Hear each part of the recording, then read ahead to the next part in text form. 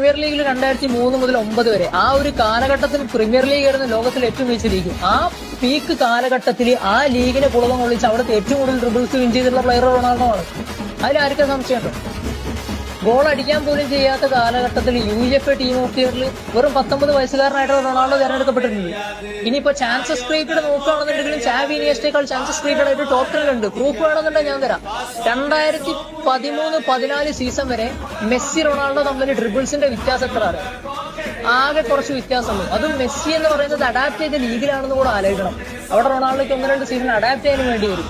Messi കൂടുതൽ മത്സരം കളിച്ചിട്ടുണ്ട്. എന്നിട്ടും അതാ ചുരുങ്ങിയ വ്യത്യാസമാണ് ഡ്രിബിൾസിലുള്ള 2013-14 വരെ. അതായത് റൊണാൾഡോ ലാലിഗയിൽ വന്ന 9-10 മുതൽ 13-14 വരെ ചാൻസസ് ക്രിയേറ്റഡ് അങ്ങനെ തന്നെ.